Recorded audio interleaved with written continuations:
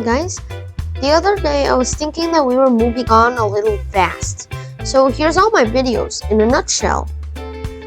My first video was about subatomic particles and molar mass. As you know, or if you watch my channel you should know, atoms are the basic building tools of the world around us. Subatomic particles are the building blocks of atoms. There are three most famous subatomic particles: protons, neutrons, and electrons. The protons and neutrons make up the nucleus at the center of the atom. The electron spins or orbits around the nucleus. The protons carry a positive charge, whilst the electrons carry a negative charge. Those charges are important but arbitrary. The number on the bottom of a square on the periodic table is how much 6.22 times 10 to the 23rd power that atom weighs, aka molar mass.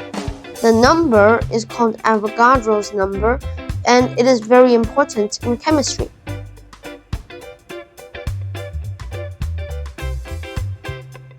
My second video focuses on the three bonds. They are ionic, covalent, and metallic.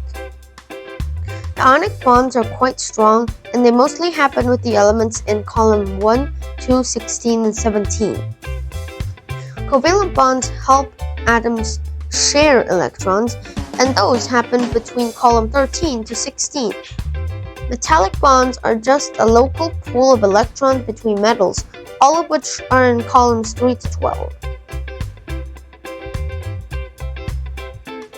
None of this could have happened without the motivation to get 8 electrons on your outer shell, valence electrons. Video number 3 was our family history. We were first defined by the great philosophers Democritus and Leucippus. They believed that we were just very cut up bits of cheese. Nowhere near, but at least that gave us a name. The scientists came closer and closer though with electronic findings, in 1897, the plum pudding model in 1904, and the proton search successful in 1917, and learning more ever since. Then came my talk about reactions. Reactions happen when you put some cool things with some other cool things, and boom, you have some even cooler things.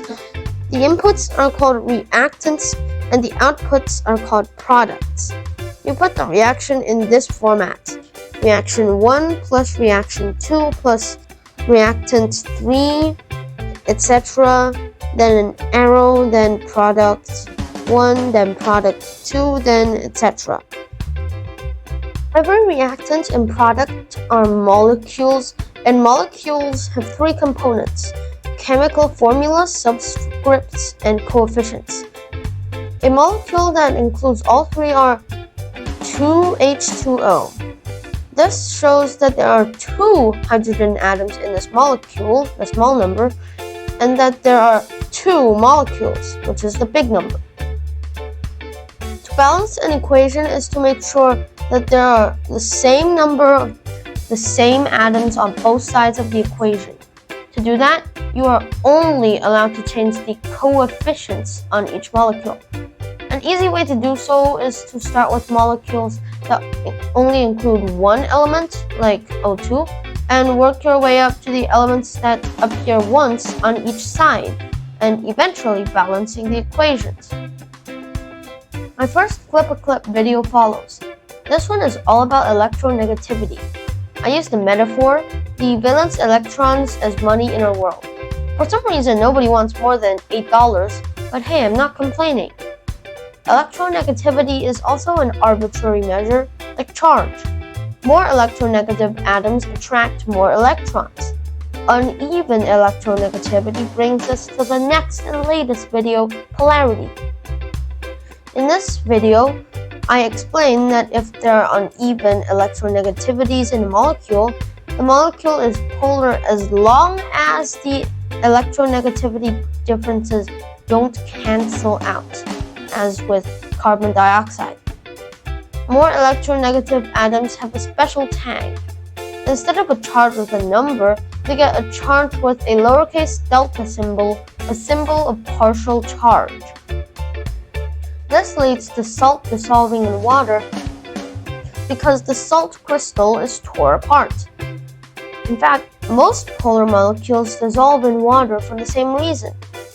So, that's a brief recap of all my videos. Bye!